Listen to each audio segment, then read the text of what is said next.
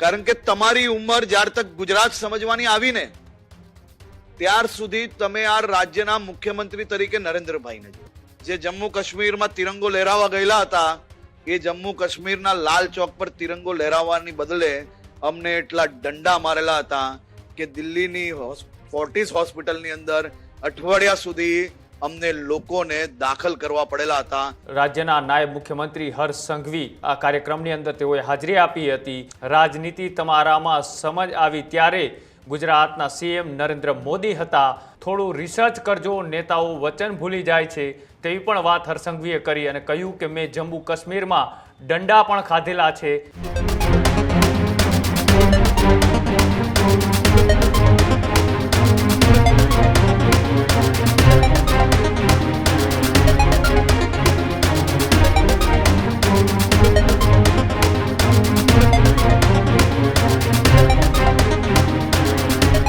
આણંદમાં અખિલ ભારતીય વિદ્યાર્થી પરિષદનું 57મું પ્રદેશ અધિવેશન મળ્યું। આ વિદ્યાર્થી પાકના આજે 57મા એ પ્રદેશ અધિવેશનની અંદર ઉદ્ઘાટન સમારોહની અંદર નાયબ મુખ્યમંત્રી હર્ષ સંઘવી છે તે અત્યારે ખાસ ઉપસ્થિત રહ્યા હતા।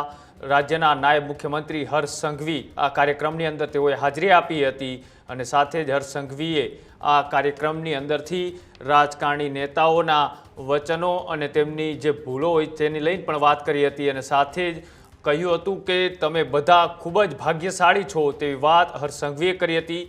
રાજનીતિ તમારામાં સમજ આવી ત્યારે ગુજરાતના સીએમ નરેન્દ્ર મોદી હતા।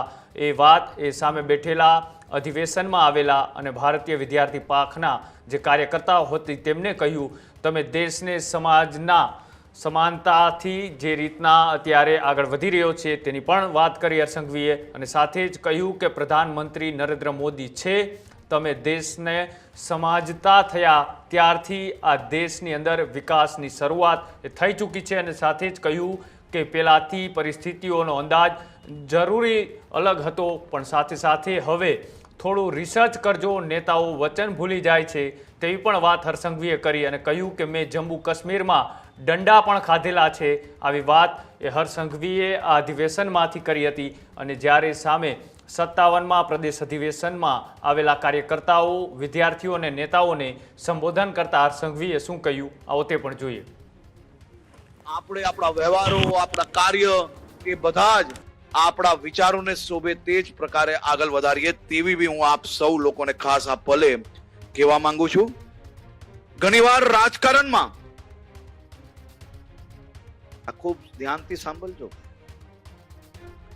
ઘણીવાર રાજકારણમાં નેતાઓ વચન આપે છે અને ભૂલી જાય છે। તમે સૌ અહીંયા બેઠેલા લોકો ખૂબ ભાગ્યશાળી છો કારણ કે તમારી ઉંમર જ્યાર તક ગુજરાત સમજવાની આવી ને ત્યાર સુધી તમે આ રાજ્યના મુખ્યમંત્રી તરીકે નરેન્દ્રભાઈને જોયા છે અને તમે ખૂબ ભાગ્યશાળી એટલા માટે છો કે તમે જ્યારથી દેશ સમજતા થયા ને ત્યારથી આ દેશના પ્રધાનમંત્રી નરેન્દ્રભાઈ મોદી છે।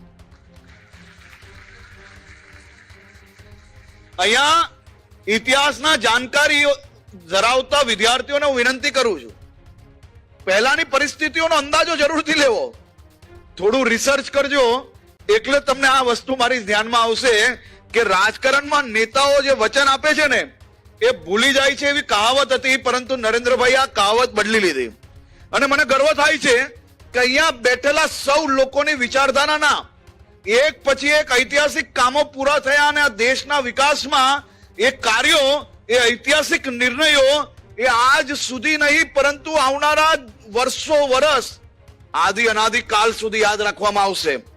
જમ્મુ કાશ્મીરમાંથી આપણે બધા જ લોકોએ નારા લગાડેલા છે, મેં જમ્મુ કાશ્મીરમાં દંડા ખાધા છે, અહીંયા બધા જ મારા સાથીઓ બેઠા છે, આ બધા જ લોકો અહીંયાથી બી અનેક સાથીઓ બેઠા છે જે જમ્મુ કાશ્મીરમાં તિરંગો લહેરાવા ગયેલા હતા એ જમ્મુ કાશ્મીરના લાલ ચોક પર તિરંગો લહેરાવવાની બદલે અમને એટલા દંડા મારેલા હતા કે દિલ્હીની ફોર્ટિસ હોસ્પિટલની અંદર અઠવાડિયા સુધી અમને લોકોને દાખલ કરવા પડેલા હતા। પૂર્ણકાલીન તરીકે કામ કરતા કરતા હજારો લોકોએ પોતાનું જીવન એ વિદ્યાર્થી પરિષદ અને દેશ માટે ખપાવી લીધું છે।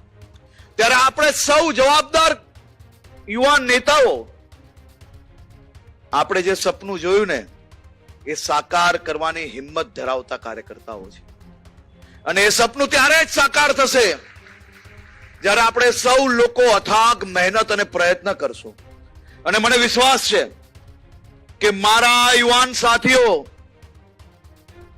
જે દેશના હિતમાં, રાજ્યના હિતમાં, છાત્રોના હિતમાં આ યુવાન કાળની અંદર જ્યારે મિત્રો એકબીજા જોડે શનિ રવિએ ફરવા જતા હોય ત્યારે તમે સૌ લોકો એ શનિ રવિનો ઉપયોગ કરીને રાષ્ટ્રભક્તિમાં જ્યારે વાપરતા હો, એવા યુવાન મિત્રોને મારે આજે અપીલ છે કે આ સપનું જોયું છે ને સાકાર બી કરવાનું છે આપણે સૌ.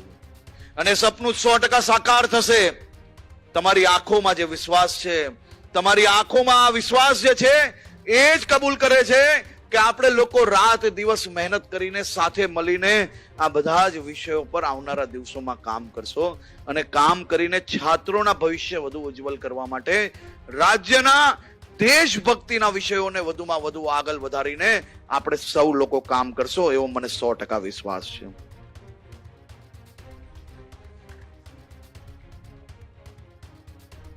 મારા મિત્રએ કહ્યું કે ઘટમાં ઘોડા થનગને. બધાએ તાલીઓ બી વગાડેલી કે ઘટમાં ઘોડા થનગને, આતમ વિંજે પાંખ, અનદિથેલી ભૂમ પર યૌવન માંડે આંખ. તમારા હૃદયમાં કઈક કરી છૂટવાનો જે થનગાટ છે ને એનો મતલબ છે ઘટમાં ઘોડા થનગને. તમારી આત્મા જે ઊંચી ઉડાન ભરવા માંગે છે ને એનો મતલબ છે આતમ વિંજે પાંખ. અને દુનિયાએ હજી જે સિદ્ધિઓ જોઈ નથી ત્યાં તમે પહોંચવા માંગો છો ને એને કહેવાય અનદિથેલી ભોમ. તમારામાં રહેલા આ અદમ્ય સાહસ અને તરવરાટ એ ભારતની સાચી મૂડી છે. આપણે જે સપનાની વાત કરી ને એ સપનાની વાત એનો મતલબ છે કે ઘટમાં ઘોડા થનગને, આતમ વિંજે પાંખ, અનદિથેલી ભૂમ પર યૌવન માંડે આંખ. આ મંત્રને આપણે યાદ રાખવાનો છે. આ મંત્રને યાદ રાખીને એની ઉપર ચરિતાર્થ કરવા માટે રાત દિવસ આપણે મહેનત કરવાની છે.